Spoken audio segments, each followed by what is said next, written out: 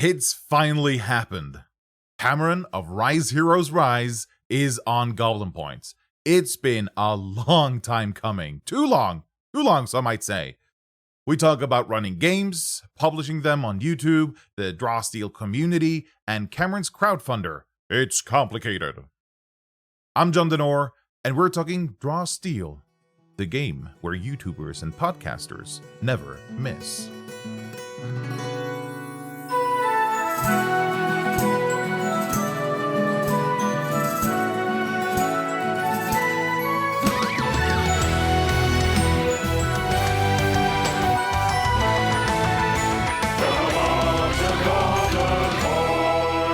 Welcome to Goblin Points, Cameron.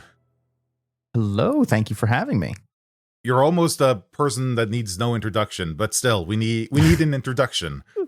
And also, how you ended up in the Matt Colville / MCDM milieu. Well, I'm Cameron Baker. I run the Rise Heroes Rise YouTube channel.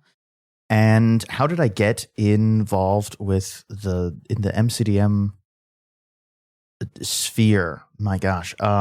It was I've been trying to think about that.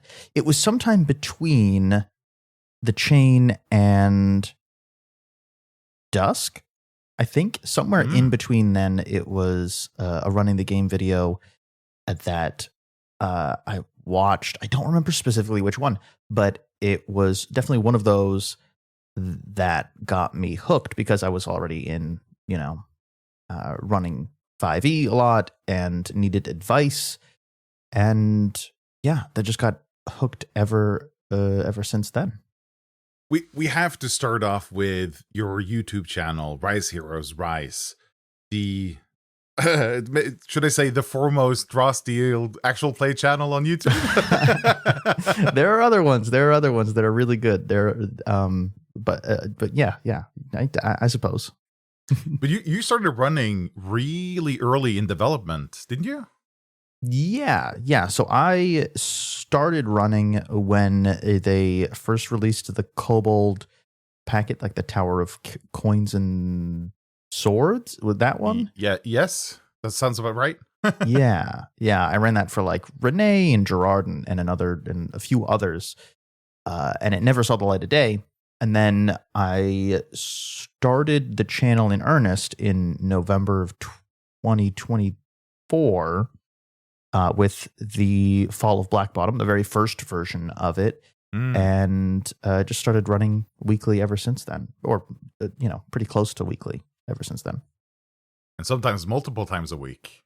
yes, sometimes multiple times a week. Yes, I don't know how many I've run the most in a row. I think maybe 4 nights in a row I've done, or in a week at least, in a 7-day stretch I've done of Draw Steel. Yeah, between an adventure that I was running or 2, and then some Danger Room episodes. Yeah, something like that.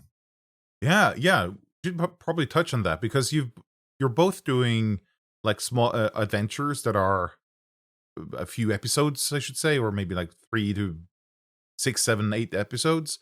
But also you're doing the like one-offs that are just Danger Rooms. Yeah. What's the what makes you decide which to go for, or rather, like, how do you end up doing either? Usually when MCDM releases an adventure, I like to run those because they're fun adventures, and if I'm being honest, they get clicks, right? They get attention, and I am always starved for attention. So I'll run those, or a cool idea that I have, and those are kind of mandatory, right? And people like listening to stories, and then if there's a new class or if there's a new feature with the Codex, I like running the Danger Room episodes because those are also fun, and they're relatively easier on like the workload and whatnot. They're easier to edit, they're easier to prep, and they're you can get a bunch of different people on there because it's not as long of a commitment as 4 or 6 weeks. When you do edit the episodes down, do you always, because I've played in some of her games at least at this point. Mm, And many. It might actually be many. When you edit the episodes for YouTube, they don't necessarily correlate 1-to-1 with play sessions, do they? No, not always. Sometimes the story should, break when there's a good like thematic moment, I think. And sometimes when I'm prepping, I'll have like certain chapters of the story, certain moments that I think, okay, this is probably when we should take a break from the session or whatever. And, oftentimes, like with Toads, you took about 3 sessions to get through my first batch of of notes, which happens all the time. But it was, I think, great stuff that we got to in between then. But yeah, then I edit them together when mostly just on vibes, but also my own personal taste of like, hey, I think this is when we need a break. This is the cliffhanger that I think we should leave people off on. Yeah. Yeah. So it's not exactly 1-for-1. No. No, I've noticed you don't keep the like each episode a certain length either. It feels like you're very you don't it feels like you don't necessarily pay much attention to how long an episode is. It just needs to be the right length, not necessarily a certain length. Yeah. I mean, I know, like, if people are going to watch it, they're probably going to watch the whole thing, and it doesn't matter how long it's going to be most of the time. But I do like 90-minute episodes. I like that length, but there's no need to get married to that specific amount of time. You can branch out. You can do different lengths. Yeah. Because some people do like 3-hour episodes because they think, oh wow, I'm getting a lot more this week than I did last week or whatever. I don't know. I don't try to read the minds of the people who watch my channel, because that would be terrifying. It'd be just sickening. I don't know. I don't think I would get any sleep.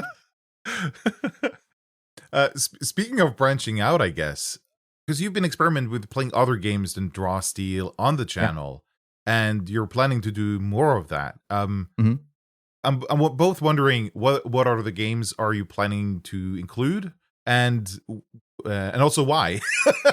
Yeah. Well, I mean, so many different games. Any game that really has a good thesis statement, that has something that catches my eye. Doesn't have to be like the Alien RPG, which I love running. It doesn't have to be something that's set in a particular world with an IP. It could be anything. Like I really want to run Huckleberry or Slug Blasters. Those look really cool and unique, and they have their own genre unto themselves, kind of, or at least Huckleberry is a Western, and that's really cool to run in, right? That everyone has that sort of fantasy of being in a Western, having the saloon doors and, meeting in the street at high noon, that kind of stuff. It'd be interesting to tell a story with that frame, with that kind of setting, Are the plans on running other games on your channel part of like a strategy to recruit viewers from outside the Raw Steel community, which I suspect most of your audience is part of at the moment? I would imagine it. Yeah, they are. I don't think so. No, not really intentionally. A lot of these places, or a lot of these games, they don't have the same kind of, gosh, how do you like a Discord server or place to post these live plays? They don't have that anywhere to speak of, like the Shadow Dark one that you ran for the channel. I was looking at the Shadow Dark Discord server, or whatever the company is that makes it, Arcane Library or whatever. Yes. And it might have been my own ineptitude, but I couldn't find any place to actually post them. And so these other games don't really have those places, other than the Alien RPG. I think I've found a Discord server that branches out, but it's not like a whole strategy. It's just, hey, I want to play these games and I'd like to record them because I want a memory of them. So I think it'd be fun to post them on the channel, right? Yeah, you talked a bit about that when I interviewed you for the Blacksmiths Guild. Oh, really? The previous issue that they did. We talked a bit about the fact that you started recording your games to keep them almost as a memory or from your previous games. And at that time, I remember not thinking too much of it. And since then, I've gone back and watched some of the games that I were in that you recorded and posted on YouTube.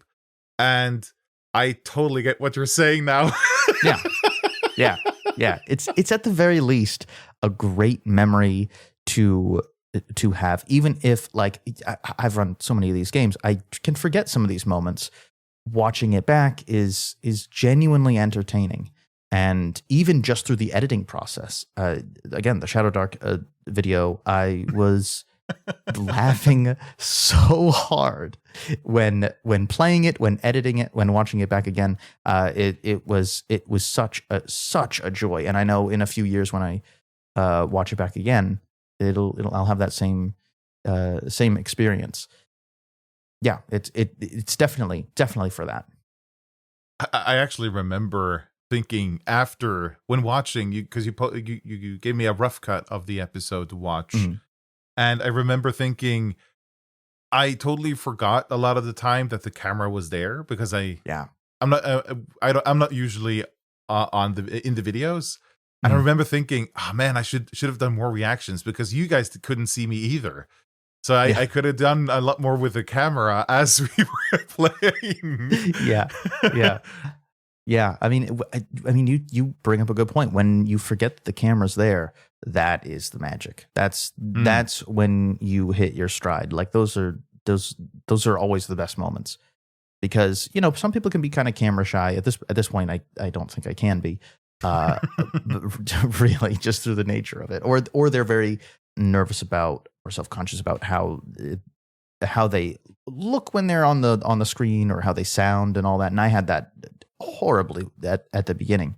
I couldn't edit myself. But at this point, I don't know if it's ego or what it is, but I actually enjoy it. So that's a topic probably for my therapist, but it's it's genuine fun. But those moments when you forget that you're recording those are the best moments. Those are the best moments. Those are the you wish that you could have those moments. That it could be just that. But of course, the logistics of it kind of prohibit that most of the time. And speaking of recording, because you do play a bit like offline or not on screen, I guess. How different are your not recorded games versus your recorded games? I'll be honest, I can't think of a non-recorded game. I think at least of Draw Steel, I think everyone has watched all of what I have run, with the exception of a couple playtests that you were in. It's the same. It's just, I don't know. I feel like I'm much more performative when the camera's running, and that's for better or worse. That is a reality. I feel like I'm personally giving it a little bit more, and maybe some of the players are as well. But I think that's probably the big difference. Yeah. Keeping on the recording track for a bit, have you found that the equipment of the other players have posed any issues or made things more difficult than you maybe had wished? I mean, every so often, yeah. I mean, I edit out all the times that I say, "Hey, John, there's some background noise," or whoever, Nomad, there's background noise, whoever it is. There's always someone. I always cut those bits out. I've gotten to the point where I'm recording my own audio and the audio of the players on different channels, basically, so I can cut out the audio whenever I need to. But yeah, I mean, it's those little moments here and there, but it's mostly a non-issue. I would look into. I'd fight all the time with OBS, but I would look into really. So if you're planning to do it on your own, either running a software like what you use, or using, like, really studying how OBS works and how you can record on different channels and whatnot. Because you're just recording for the other players. You're just recording Discord directly. Is that it? That's correct. Yeah. Okay. So they all get mixed into like one channel, so you can't filter out individuals. Yeah, I know what the software you're using that is probably not a sponsor, so I won't say it. But the one that you're using is great because it's it records all of them individually. So I probably should use this, but you've played on the Codex for almost as long as it has been available, I think. Yeah. One of my players had it, got into a playtest, and then like immediately referred me to it. And then, it was very early in like January or February last year, 2025. Yeah. Yeah. Wow. How has it been using the Codex for this long? Ooh. It's been like a dream, to be honest with you. I ran using Foundry, which I'm not a huge fan of, and I also ran using Fantasy Grounds before Robin Baggett made their own module of it, and before there was a module really for Draw Steel in Foundry, and it has been so much easier. You have a great foundation with the Codex, even if it's not all the levels are implemented. And I don't have a great understanding or knowledge of how to code in the Codex, but I know that if you make a certain ability, it's really easy to implement some abilities and just crank up the numbers and dial whatever their characteristic scores are. It's really easy, and it has the foundation of all how movement works, all that stuff. I feel like this is just now an advertisement for the Codex, but it is literally just so easy to run using it because it just has that foundation level of it understands how the game is played. Yeah. And it's also great for sound effects. Like, there's a lot less audio editing that I have to do. It's good. It is very easy to run for Draw Steel. Absolutely. As a director that runs a lot on, or I guess only on a VTT when it comes to Draw Steel, I do have some questions from my patrons as always, and one of the question is actually if you have any tips when running Draw Steel on a VTT. And I guess you kind of mentioned it, that the migration to the Codex helps with just having the system work with you instead of against you, I guess. Yeah. But do you have any specific tips on how to prepare like a session or an adventure in a VTT? Any tips? I'm not sure about any tips.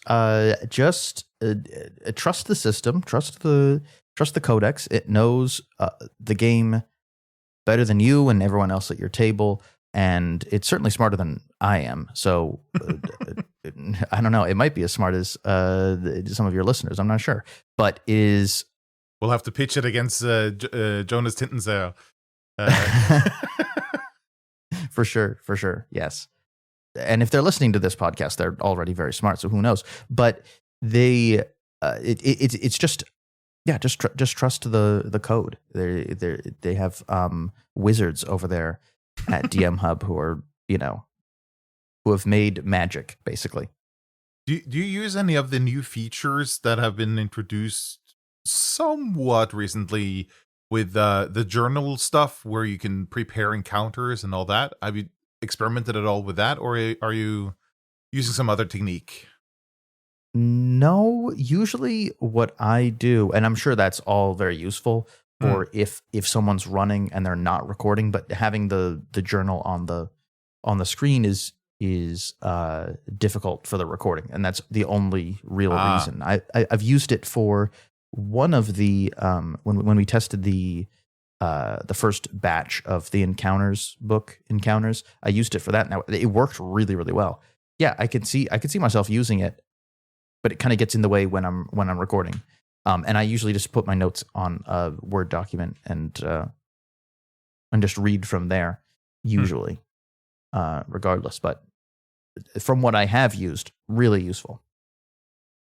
When you're running, you've both run, as you mentioned, official adventures that have been published by MCDM. And I think you've also run a few adventures that have been published by third parties. Mhm. And if I'm not mistaken, you've also run adventure you've just made yourself. Do you have any preference between them? They all have their own. They all have their own advantages and disadvantages. If I'm prepping an adventure myself, I know that story back to front, and I know what the real struggle is, and I know where I want the characters to eventually end up, and which fights are going to be the biggest, most cinematic moments.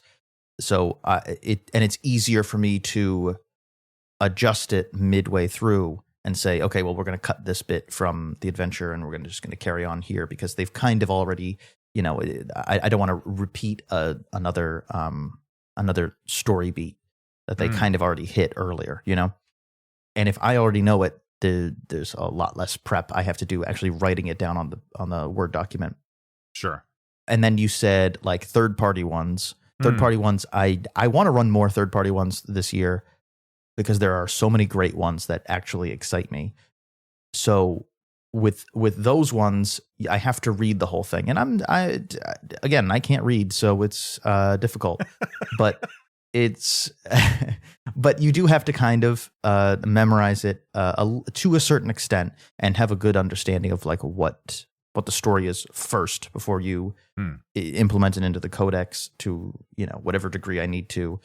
And all of that. So you have to do you do have to learn the whole adventure, or in chunks, which is all right. And many of the stories are worth digging into, and they're fun to read. So it's really just that difference of how intimately do you know the adventure, and if you make up your own adventure, then very intimately, because it's your idea.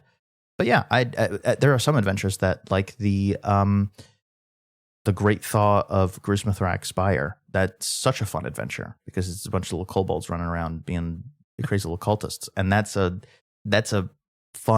really, really fun adventure, and inventive, and something that I wouldn't have thought of. I don't think it's cool, and it's easier because they have fully realized a whole story, so you don't have to. A lot of it is.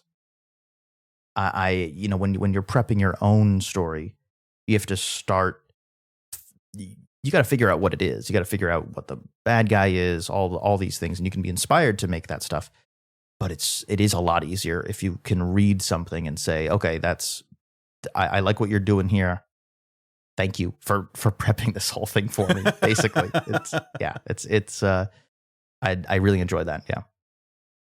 This is probably going to be a difficult question, so I'm just going to preface it with that it's coming from one of my patrons.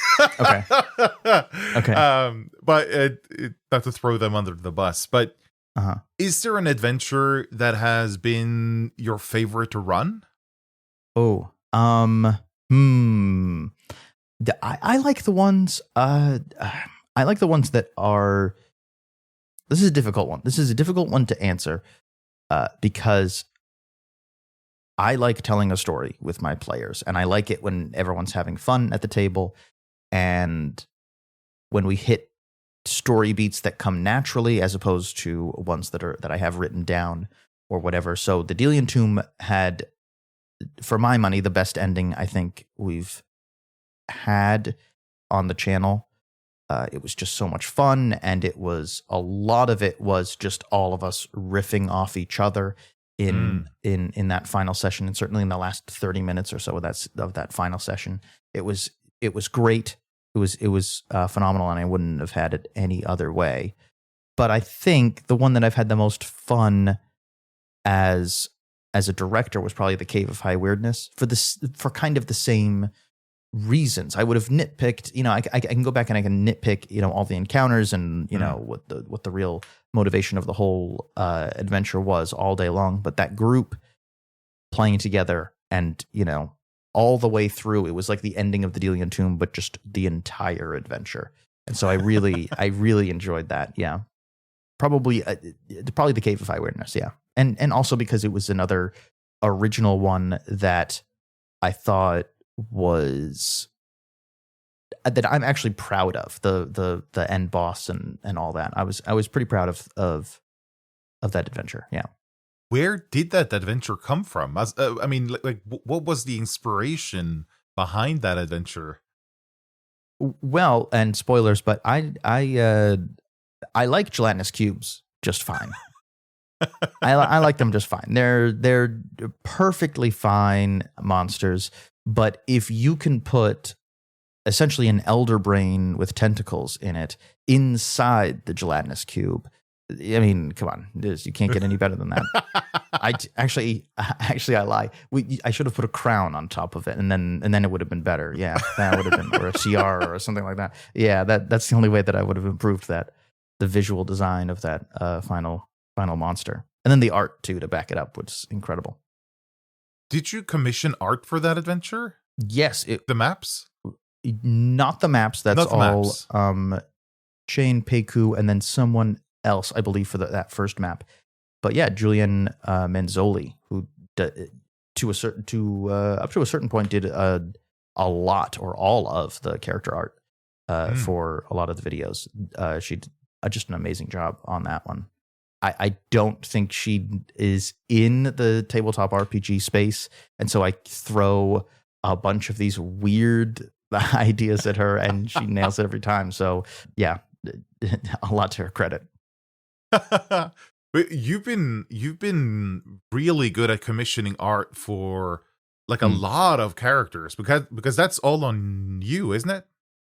Yes, it's all on me. Yes, it's something that I think if you're not going to show the players' faces, you need to see what their character looks like. You need some kind of you need a face to the voice.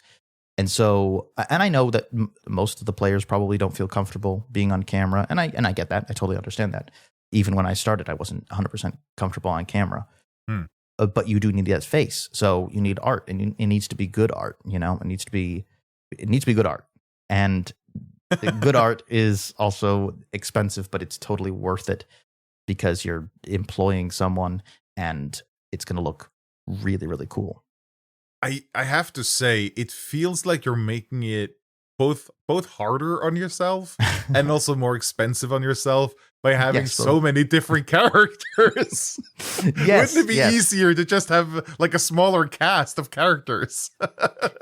Yes, it probably would have been easier, but I'm greedy. I want all of these players at the table. Yeah, just having 3 people, that's not enough for me. I need more. I need more so that you can bounce off each other and all that stuff. And yeah, sure, it is expensive, but it's completely worth it. Even if it's just a hobby, even if the channel doesn't make any money on ads or whatever, it's totally worth it to look back and see that beautiful art of like Ild, your character from the Delian Tomb, or and just or Darzak, from the same game, Robin's character, and have that face to the voice. That's 100% important. Yeah, I have to admit that having the character art informs so much of the character too. Just playing that character, because it gives me, when I see the art, some stuff just immediately snaps into focus. Like, of course, this is how their personality is, or how they behave, or how their etiquette is, or whatever. It's that art informs so much sometimes for how I feel like the character is, who they are. Yeah, that's the magic. That's the magic. You can come up with for another adventure coming up soon.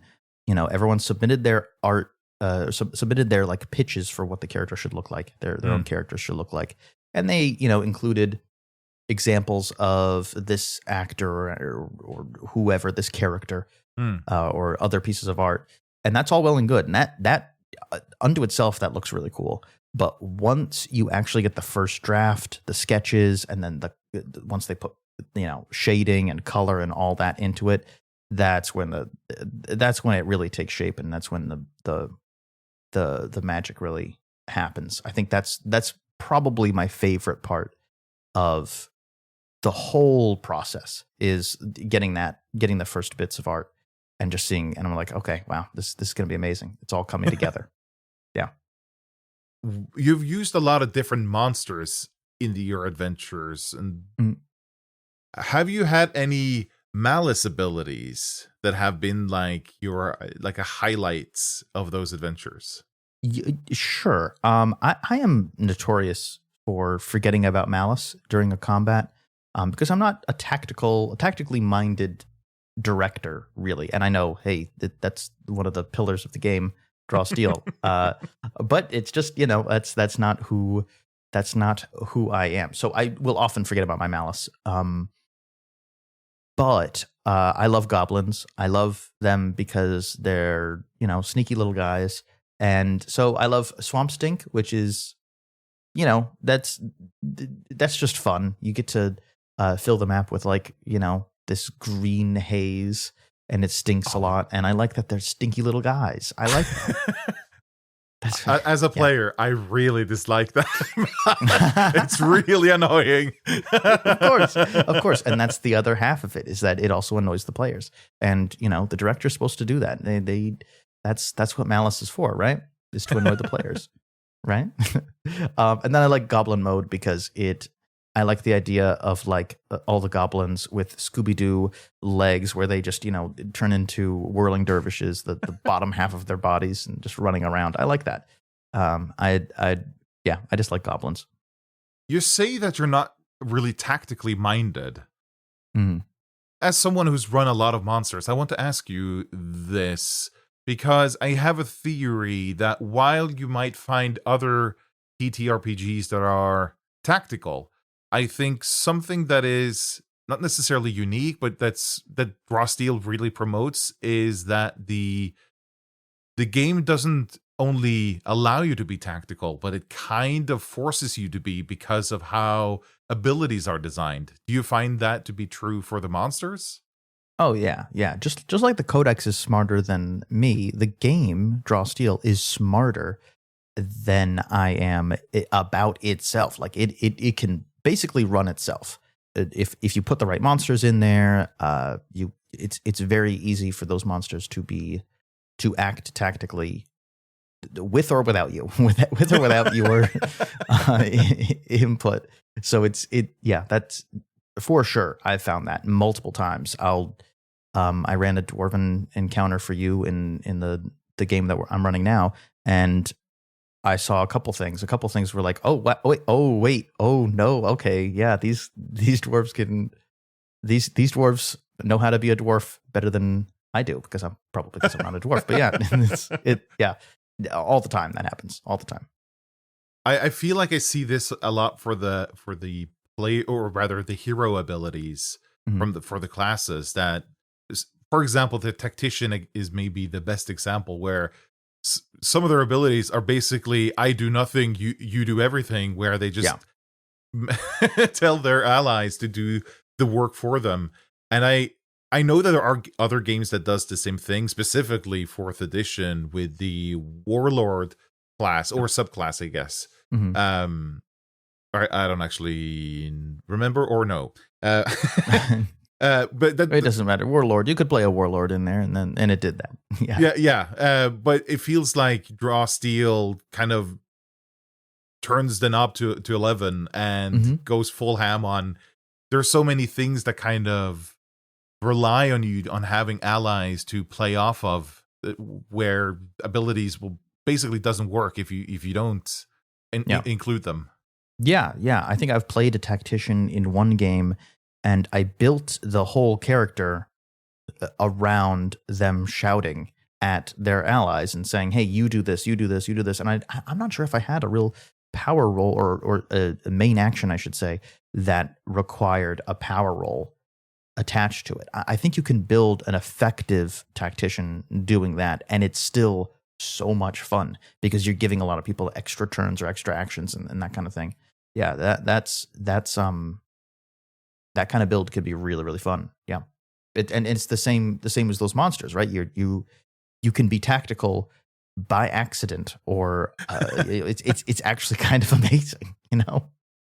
That almost sounds like a challenge, because Matt mentioned during the development of Draw Steel that they imagined a version of the null that was based on only doing reactions, that they basically didn't have their own turn. They only acted in reactions to other creatures. And now I'm thinking, is there like a subclass for the tactician that is basically no power rolls? It's all just commanding. That would be cool. That'd be cool. Oh, you're getting my mind buzzing. Let me make a couple of notes here. I'm just thinking, you put a few custom kits in there for them to choose from specifically that are more oriented towards commanding instead of attacking directly. I don't know, that that actually sounds kind of fun. you can even make it that their opportunity attack is not them attacking, it's someone else attacking. That'd be cool. I mean, Draw Steel is all about establishing a good foundation of rules and then just breaking those rules all the time. So yeah, you could do that. That'd be really fun. Maybe we should edit this out and keep it for ourselves. maybe. But speaking of keeping things for ourselves, there's something that we should share, which you actually announced like a couple of hours before we started recording, which is that you're doing a crowdfunder pretty soon, actually. And it's already going when this episode goes out. Yes. As of right now, the plan is February 10th. We will launch, or have launched, if you're listening to this, It's Complicated, which is a crowdfunder on BackerKit aiming to design and test and put into a PDF 100 more complications for Draw Steel as a like third party document, and make it make your characters even weirder and messier than they already are. People always want more weird. That's been my experience. Yes, make it weirder is always my approach to things. Like that's how I came up with the Caveify weirdness. Yeah, make it weirder, make it messier, and that's what I'd like to do with It's Complicated. If it funds, of course. Already on the cover by the amazing cover by Inge, we have an orc with a tentacle arm that you can have. We have another I believe a Hakan made of a strange translucent goop, and then we have another fella off to the side that has the profile of the Chimera with the 3 Chimera heads sprouting from their shoulders, and that's only the tip of the iceberg, I think, with how weird we want to get with it. This is me. Well, it'll probably be in the description, but you're also recruiting people from the Draw Steel community to contribute parts of I assume complications. Yes. I want as many people to contribute as possible. I want, this to sort of be, I want it to be basically everybody's project. You know what I mean? Like the community's project, as well as, putting the Rise Heroes Rise stamp on it. I want it to be like everyone's contributed to it, and it's kind of everyone has their own signature attached to it. This is kind of beside your specific crowdfunder, and maybe something about the Draw Steel community as a whole, or like the third party community around Draw Steel. But I feel like there is a lot of that going around where there's a lot of collaborations. Yeah. And I don't know if it feels kind of unique to Draw Steel, at least to me. I'm a part of every TTRPG community, so I don't really know how common it is. But I feel like there's something, let's call it special, that's in the community where you end up with all these collaborations.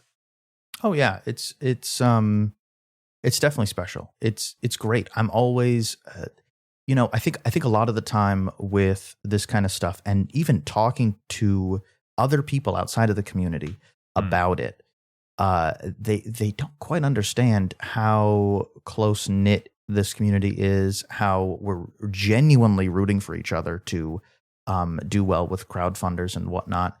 They see it as a much more competitive, and maybe that's because that's what most of the industry is, right?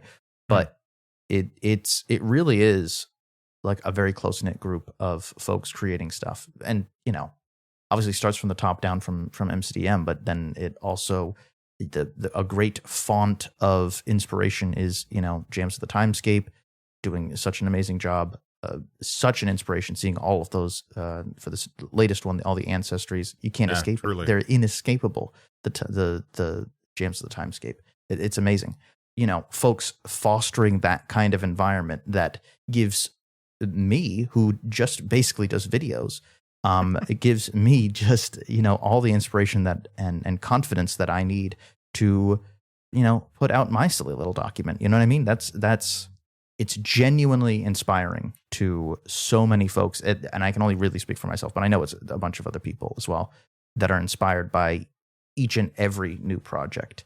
And it builds confidence as well that your project has hope, has legs. Jumping back to the videos you make, and we talked a bit about the huge ensemble of different characters that are being played in all of your adventures, but you also have quite a big a roster of players that are kind of regulars in your game in different combinations. Where do those players come from? I mean, how did you end up recruiting them to your games? Oh God, I think I started in the MCDM community. I started looking for folks specifically for the first time I ran the Fall of Black Bottom, and then the next adventure that I ran, I looked for another crop of people, and some of them carried over. I think Renee and Gerard definitely carried over, and then I found folks like Tic Tac and Nomad and some of the mainstays, and then I just look for people that are also creating, like Paul Ligorsky, yourself, the Dice Society, other folks in this community who know Draw Steel, and then that's kind of how I've found folks. Just other people who are creative in the space. I'll tell you, I haven't had obviously any real duds or problems. You know what I mean? Like, I don't want to call anyone a dud, right? But I haven't had anyone. I haven't had any problem players really, by just going back to the MCDM well. I feel like that says something about the community that MCDM fosters, especially in their Discord server. As someone who's the organizer behind Gems of the Timescape, one of the organizers, inheriting the community from MCDM gives us so many shortcuts. There were a discussion in the Jams Discord server just the other day, someone mentioning how great the community in there was. They came in completely fresh to publishing something, making something making homebrew and publishing it, and people were responding with feedback, with motivational, not speeches, but trying to motivate them. And they just mentioned that it was such a great community, and I kind of feel like we cheated and just kind of inherited people from MCDM. It does feel like cheating, doesn't it? It feels like very ethical cheating. It's great, but it really does feel like cheating. It feels like a cheat code has been unlocked.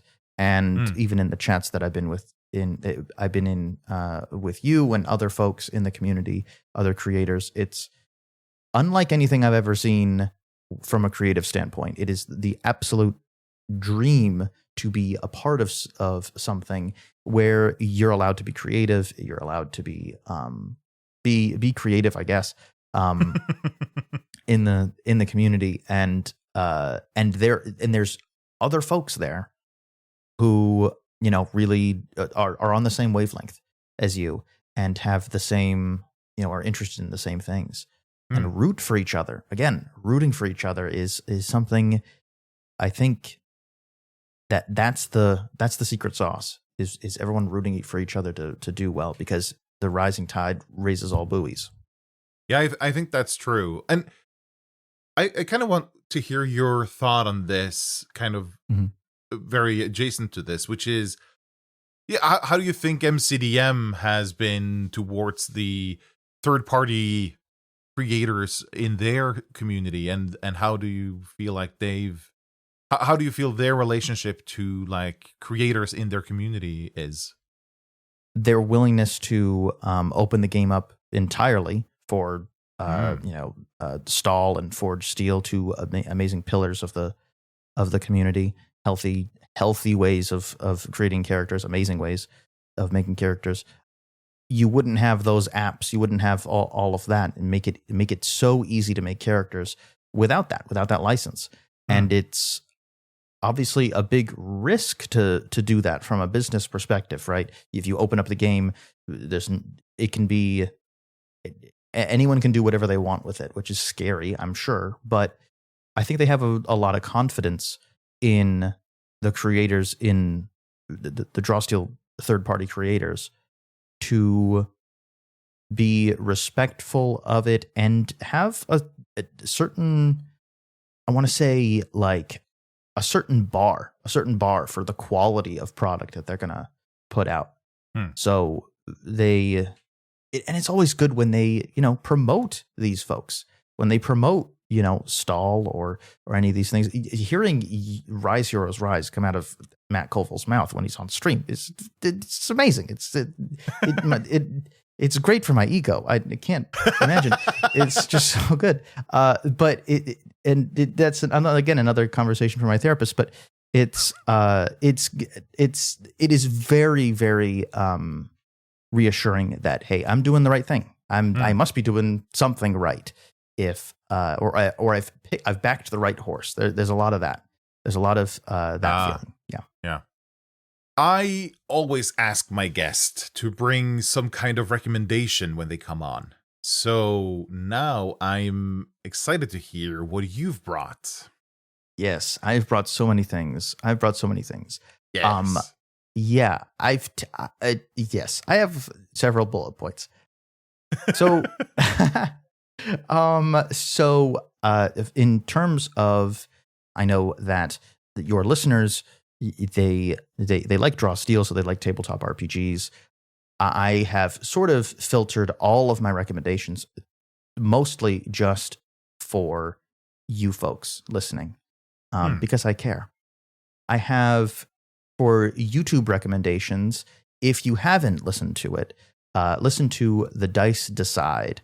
It is a great actual play of, it's 5e, but it's really, really high quality and has an amazing cast. They're all sat around a table. They're this amazing sort of like dungeon set that they've made is incredible. And it doesn't get enough attention. It does not get enough attention. It's amazing. Also, Fables D20 is another great one, a variety of games, and like another one that has great casts. They did the Alien RPG when I was first prepping that one, or prepping to run one of those adventures. I watched them, and the DM is amazing in that one.